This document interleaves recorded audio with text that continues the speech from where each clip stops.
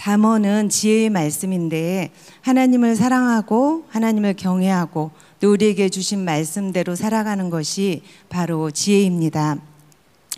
지혜를 구하게 되면 하나님을 알게 되고 또 하나님의 공의가 무엇인지 우리가 또 주님 앞에서 어떻게 살아가야 되는지를 알게 됩니다. 그러니까 어떤 사람이 고난이 깊어서 죽었으면 좋겠다 이런 생각을 가질 때 그때 바로 하나님의 말씀이 생각나는 거예요. 나는 악인이 죽는 것을 기뻐하지 아니하고 악인이 돌이켜서 떠나 사는 것을 기뻐하노라 이렇게 말씀하시거든요. 너희는 돌이키고 돌이키라, 악한 길에서 돌이키라 이렇게 말씀을 하십니다. 왜 죽고자 하느냐, 그리고 피투성이가 되어서라도 살아라, 이런 말씀이 이렇게 바로 생각이 납니다. 그래서 하나님의 말씀이 바로 지혜라고 하는 것입니다. 잠언은 대부분 솔로몬 왕이 기록하였는데 오늘 이 본문 말씀은 그 르무엘 왕의 어머니가 기록한 그런 교훈 말씀입니다. 르무엘이란 그 이름의 뜻은 하나님께 속한이라는 뜻입니다. 르무엘 왕은 유대 왕이나 그 이스라엘 왕 중에 없어서 르무엘 왕이 누구인지는 정확히 알 수 없지만 많은 학자들은 솔로몬의 다른 이름일 수도 있고 또 북아라비아의 그 마사 왕국의 왕이었을 수도 있다라고 이렇게 말하고 있습니다.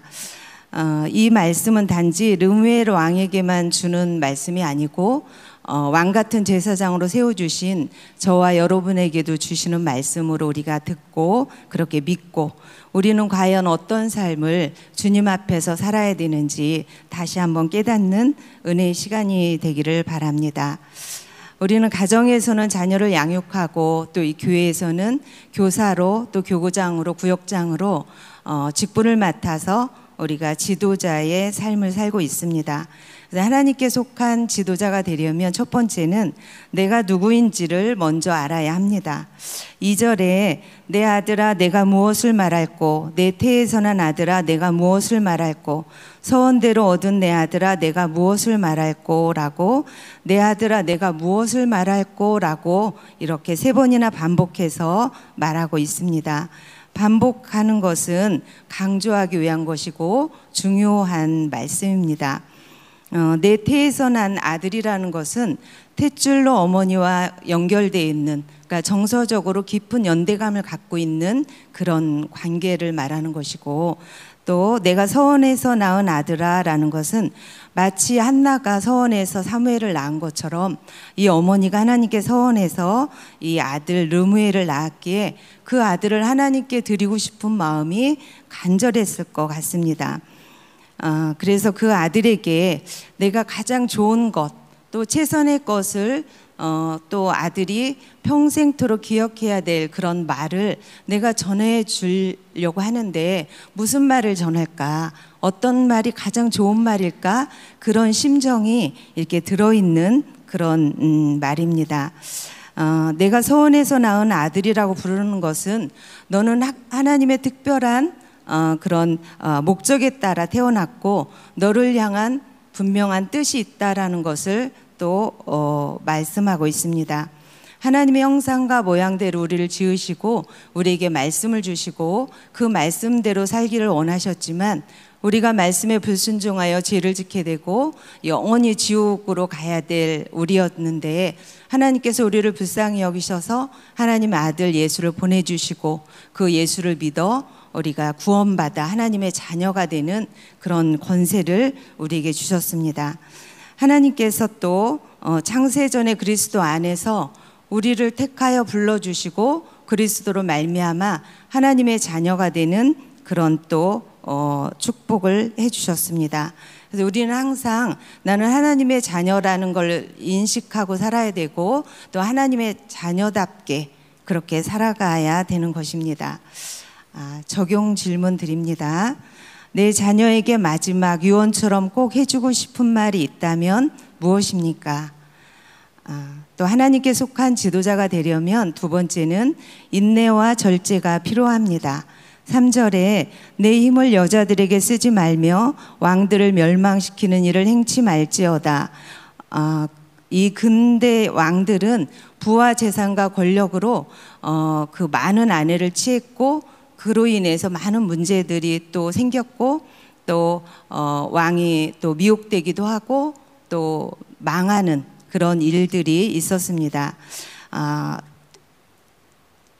하나님께서도 이스라엘 백성들에게 그 신명기 17장에 보면은 하나님은 이스라엘의 왕이시기 때문에 이스라엘의 왕을 세우기를 원하지 않으셨어요.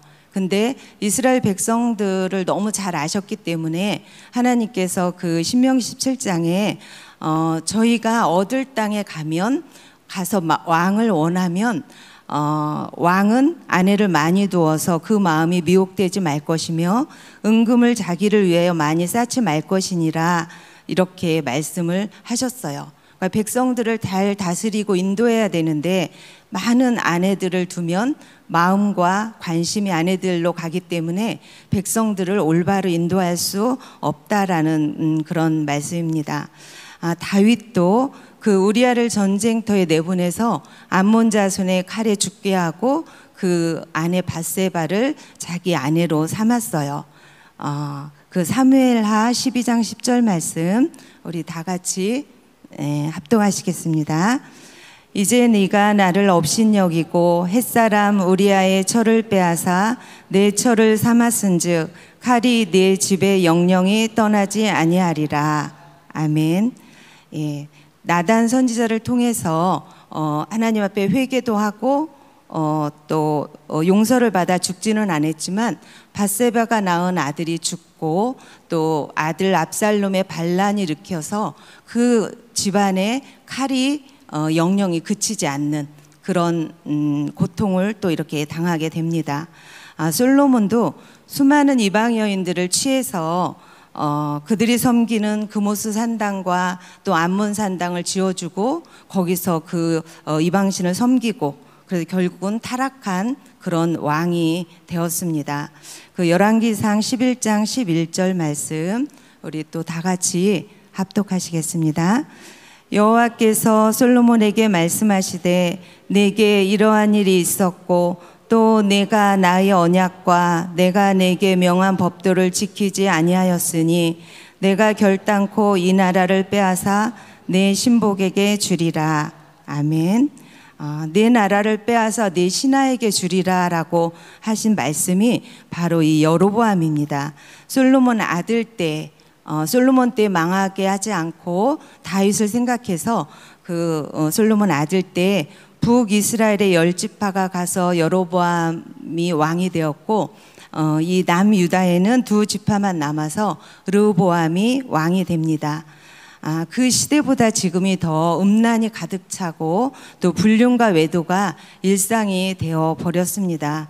오죽하면 간통죄가 없어질 정도로 간음을 해도 죄가 되지 않는 그런 세상이 되어 버렸습니다. 이렇게 죄악이 가득한 세상 속에서 우리가 인생의 목적을 거룩으로 두고 또 살아가시는 저와 여러분 되시길 바랍니다.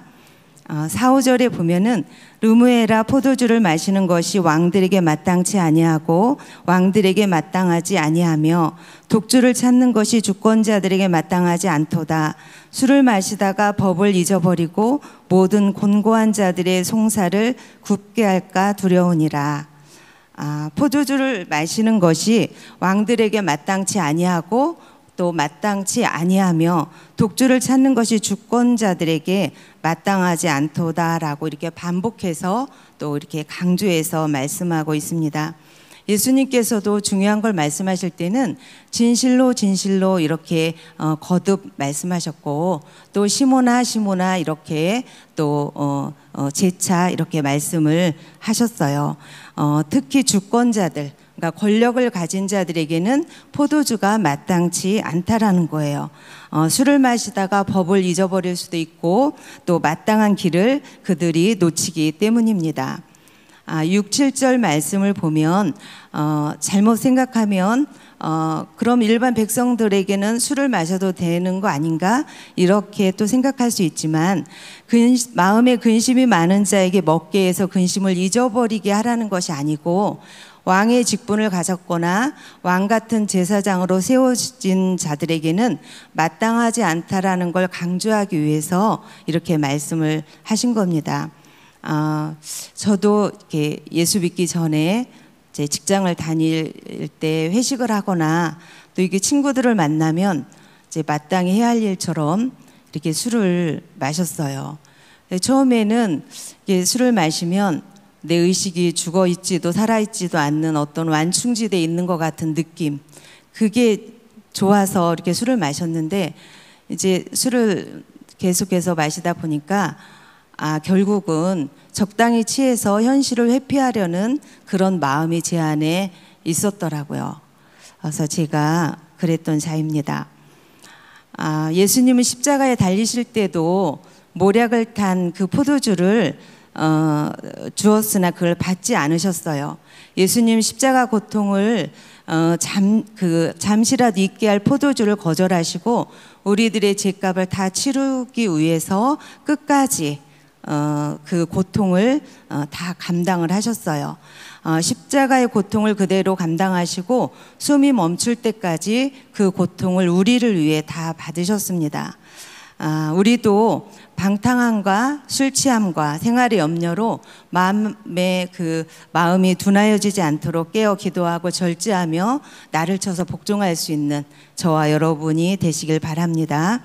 또 내 의지로 내 믿음으로 순종하기 힘들 때는 말씀을 읽고 듣고 묵상할 수 있는 구조 속에 내가 들어오면 또 그것을 유혹을 물리치고 또 그 말씀대로 순종할 수 있는 그런 또 믿음이 생기리라고 믿습니다.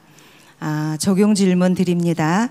하나님이 주신 직분을 감당하기 위해 인내하고 절제하는 것은 무엇입니까? 또 하나님께 속한 지도자가 되려면 세 번째, 고통받는 자들을 긍휼히 여겨야 합니다. 8, 9절에 보면은 너는 벙어리와 고독한 자의 송사를 위하여 입을 열지니라. 너는 입을 열어 공의로 재판하여 강곤한 자와 궁핍한 자를 신원할지니라 라고 말씀하십니다. 이 어머니는 아들에게 너는 말 못하는 자를 위해서 또 간곤하고 또 이제 가난하고 궁핍한 자 그들을 위해서 또 고독한 자를 위해서 그들의 송사를 위해서 입을 열어라. 그리고 어디에도 하소연할 수 없는 소외된 자들, 이런 약자들, 또 궁핍한 자들을 신원하라. 또 그들을 대변하는 자가 되고 입을 열어 공의로 재판하라고 이렇게 말하고 있습니다. 이런 일을 하신 분이 누가 생각이 납니까? 바로 예수님이십니다. 예수님은 죄인들과 가난하고 병들고 소외된 자들, 이런 약한 자들, 그들의 친구가 되어주시고 사람들이 무시하는 사마리아 여인과 또 세리, 창기, 또 삭개오의 집에도 들어가시고 가서 식사도 하시고 교제도 나누시고 또 나사로가 죽었을 때 그 앞에서 눈물을 흘리시고 통분히 여기시고 민망히 여기실 정도로 그들의 아픔과 그들의 고통을 함께 채우라고 공감하고 위로하셨던 그런 분이 바로 예수님이십니다. 벙어리 되고 고독한 자, 가난하고 궁핍한 자들의 고통을 채우라며 그들의 영혼을 구원하는 것이 구속사를 이루는 삶이라고 생각합니다. 하나님이 이렇게 죄인들과 연약한 자들을 사용하셔서 하나님 일을 이루어 나가십니다. 강도 만나서 거짐 죽게 된 이웃을 레위인도 보고 피하여 지나가고 제사장도 보고 피하여 지나갑니다. 근데 사마리아인만이 그를 보고 그의 상처를 치료해주고 주막으로 데려가서 그를 돌보아 줍니다. 예수님께서 이 강도 만난 이야기를 하시면서 네 생각에는 이 세 사람 중에 누가 강도 만난 자의 이웃이냐고 이렇게 물으십니다. 그리고 너도 이와 같이 하라 라고 하십니다. 우리가 다 잘 알고 있는 그 노블레스 오블리주라는 말이 있습니다. 사회 고위층 인사에게 요구되는 도덕적 의무라는 뜻입니다. 제가 다니는 미장원도 노블레스 미장원입니다. 예, 1337년 이 프랑스 왕 필리프 6세와 또 영국 왕 에드워드 3세 간에 전쟁이 일어났고, 프랑스 도시 칼레는 영국군에 의해서 다 포위되었고, 또 사면초가에 이른 칼레는 결국 항복 선언을 했어요. 영국은 이 칼레 시민들에게 6명을 처형하겠다라고 이렇게 선포를 합니다. 칼레 시민들은 누구를 처형대에 올려야 될지 이렇게 고민하였고 선뜻 나서는 사람이 없었어요. 그때 이제 칼레시에서 큰 부자로 이름을 날리던 웨스트슈드생 피에르라는 자가 처형을 자처하고 나섰어요. 그는 누군가가 죽어야 된다면 지도자부터 앞장서야 한다면서 용기를 냈어요. 그래서 이어서 칼레의 시장도 자청을 하고 법률가도 또 다수의 귀족들이 앞을 다투어 처형대에 이렇게 오르기를 청했어요. 그들은 다음날 처형을 받기 위해 교소대로 다 모였는데, 그때 이제 임신한 영국 왕의 그 왕비가 왕에게 간청을 해서 영국 왕 에드워드 3세는 죽음을 자처했던 6명의 그 시민들을 살려두게 됩니다. 그래서 이 이야기는 역사가에 의해서 기록되고 높은 신분에 따른 도덕적 의무인 노블레스 오블리지의 상징이 됩니다. 우리 사진을 한 장 보시겠습니다. 네, 이 6명의 그 용기를 기리기 위해서 로댕이 조각한 칼레의 시민이라는 동상입니다. 세상에서도 이렇게 사회 지도층 인사에게 요구되는 도덕적 의무가 있듯이 하나님의 자녀인 우리가 마땅히 감당해야 될 책임과 또 사명이 있습니다. 담임 목사님이 얼마 전에 그 설교 중에 이런 말씀을 하셨어요. 르우벤과 갓 므낫세 반지파는 요단 동편 땅을 먼저 받고 가나안 땅에 들어가 싸울 때 선봉에 서서 싸우겠다고 약속합니다. 그 약속대로 책임감과 사명감을 갖고 그들은 선봉에 서서 싸웠습니다. 하나님께 물질을 많이 받은 자는 약자들을 도우라고 하나님이 주신 것이고, 또 그들보다 내가 먼저 예수를 믿고 은혜를 누리고 있다면 내가 받은 은혜를 나누라고 주신 것입니다. 먼저 주신 것은 더 큰 책임을 지라고 또 감당하라고 주신 것입니다. 하나님을 더 섬기고 영혼구원을 위해서 더 힘쓰라고 주신 것입니다. 아멘. 이렇게 하나님의 뜻이 이루어지는 것이 공의입니다. 그래서 모든 것을 우리가 구원의 관점으로 보고 하나님의 공의를 이루시기를 바랍니다. 적용 질문 드립니다. 나는 강도 만난 자의 이웃이 되고 있나요? 내가 건져주고 구원해야 할 사람은 누구인가요? 기도원 성경대학 강의 때마다 목사님께서 그 희은이 눈 치료받은 것을 말씀하셔서 다 아실 겁니다. 제가 큐티를 하면서 또 이제 목사님 설교를 들으면서 그 눈 치료받은 그 원리가 무엇인지 더 확신이 생겨서 제가 다시 한번 말씀을 드리려고 합니다. 지루해도 처음 듣는 것처럼 그렇게 들어주시면 감사하겠습니다.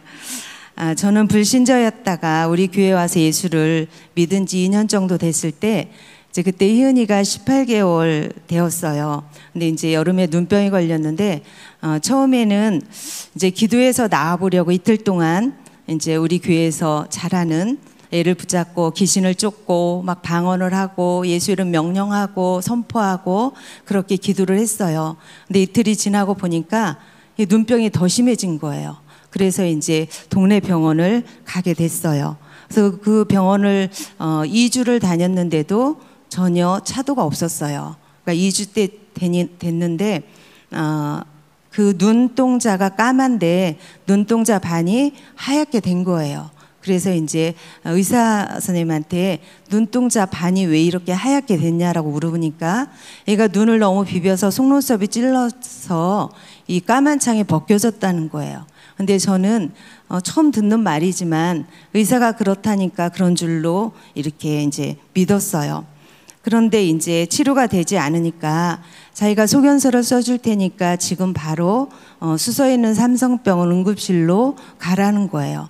근데 그때 이제 저희 집이 그 분당 매화마을에 있어서 집하고 가까운 병원을 먼저 가려고 성남에 있는 인하병원을 가게 됐어요. 거기 가서 검사를 하니까 검사 결과가 이 아이가 눈병에 걸렸다가 2차 감염이 돼서 각막 궤양이 되었다는 거예요. 그래서 치료 중에 눈에 있는 균이 뇌로 가면 뇌 이상이 올 수도 있고 또 최악의 경우에는 눈을 적출할 수도 있다라고 이렇게 얘기를 하더라고요. 그래서 그 말을 듣고 너무 겁이 나서 우리 다른 데로 가겠다라고 나와갖고 이제 수서에 있는 삼성병원으로 이렇게 가게 됐습니다. 그곳에서 검사를 했는데 그 인하병원에서 했던 검사 결과와 똑같은 얘기를 해요. 그래서 이제 그 병원에 입원했고 이제 열이 나서 계속 이제 링거를 꽂아놓고 해열제와 항생제 주사를 놓고 안약을 넣고 그렇게 치료를 했는데도 차도가 없어요. 근데 그때는 제가 예수 믿은 지가 얼마 안 됐고 믿음도 연약하고 하나님 말씀도 잘 모르고 또 기도를 어떻게 해야 되는지도 잘 모르겠어서 그냥 하나님께 하나님 희은이 눈을 치료해 주시면 제가 신앙생활을 열심히 잘 할게요. 제가 교회를 정말 열심히 잘 다닐게요. 이 기도만 이렇게 반복해서 기도를 했습니다. 근데 이제 월요일에 입원했는데 목요일 밤 10시 정도 의사가 불러서 가보니까 어떤 약을 써도 차도가 없어서 이대로 놔두면 안 되고 다음날 금요일에 왼쪽 눈 적출 수술을 한다고 수술 동의서에 사인을 하라는 거예요.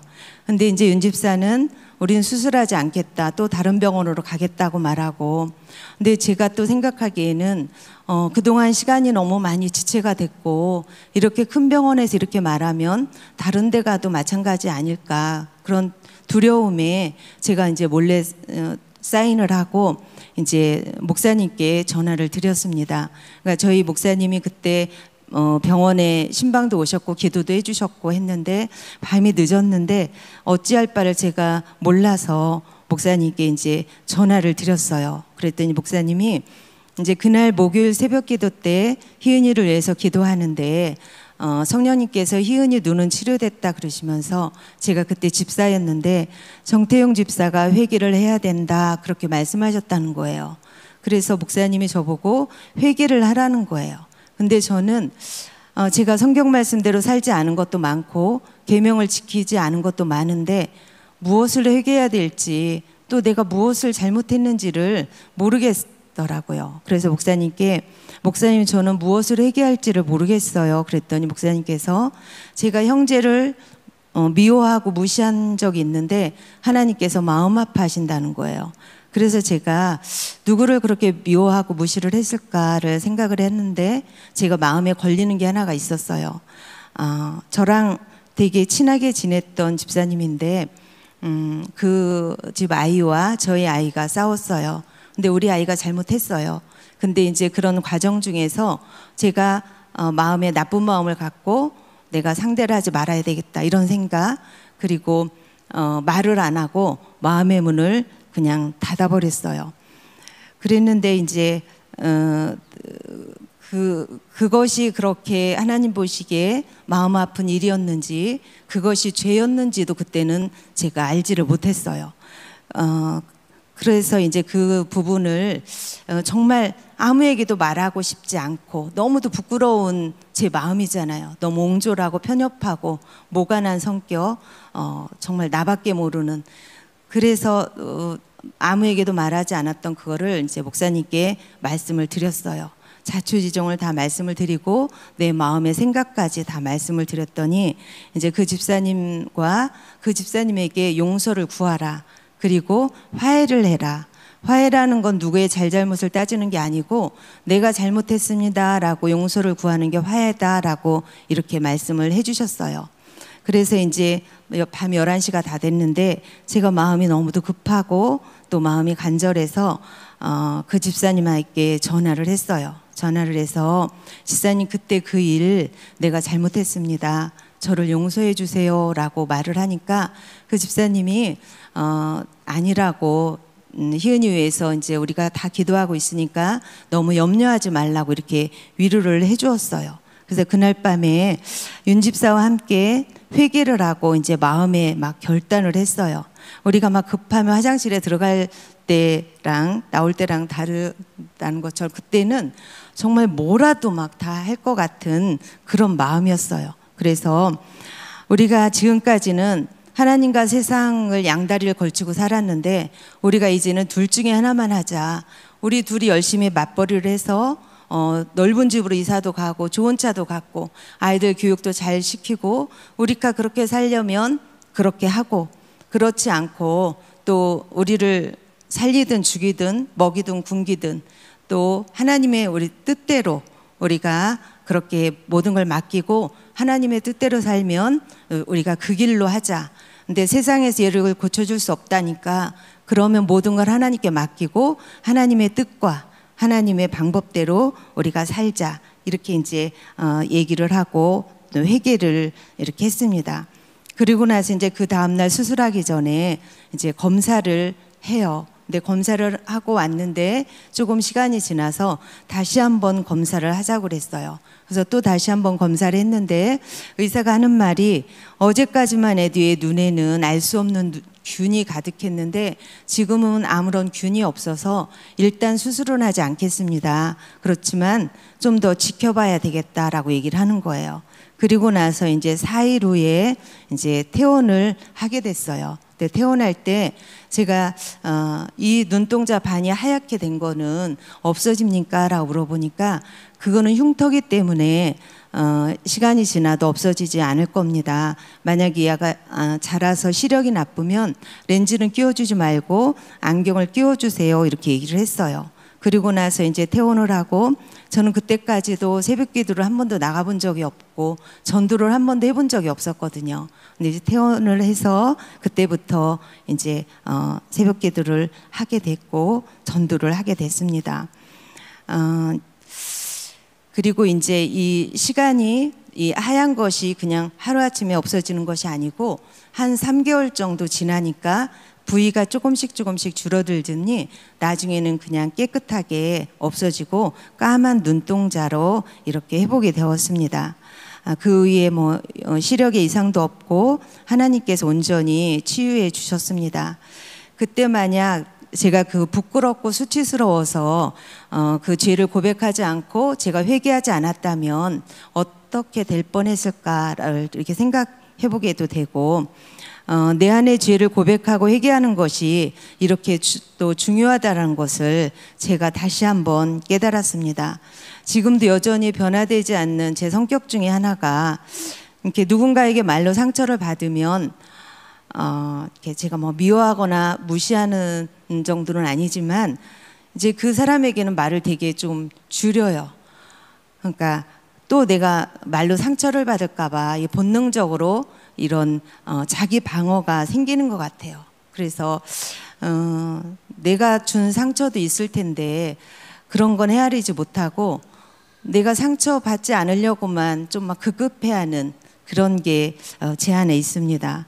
그것이 저의 교만이고 또 저의 쓴뿌리고 저의 또 연약함입니다. 큐티인에 보니까 고통은 내가 죄라고 생각하지 못했던 것까지 죄로 깨닫게 해주시고 고통을 당해서야 그때까지 죄로 여기지 않고 악의 평범성에 묻혀 두고 있었던 일을 끄집어내어서 죄로 고백할 수 있게 해준다라고 합니다.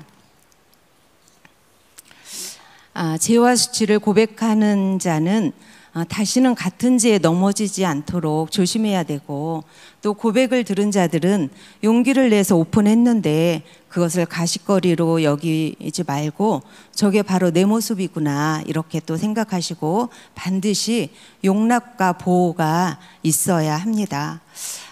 말씀을 맺겠습니다. 하나님께 속한 지도자로서 나를 향한 하나님의 특별한 뜻이 있다라는 것을 우리가 기억하시고 또 우리는 언제나 죄의 유혹에 넘어갈 수밖에 없는 연약한 자들이라는 거. 그래서 인내와 절제의 삶을 살아가기 말씀 붙들고 살아가기를 바랍니다. 또 고통받는 자들을 긍휼히 여기는 예수님을 닮아가는 그런 저와 여러분 되시기를 바랍니다.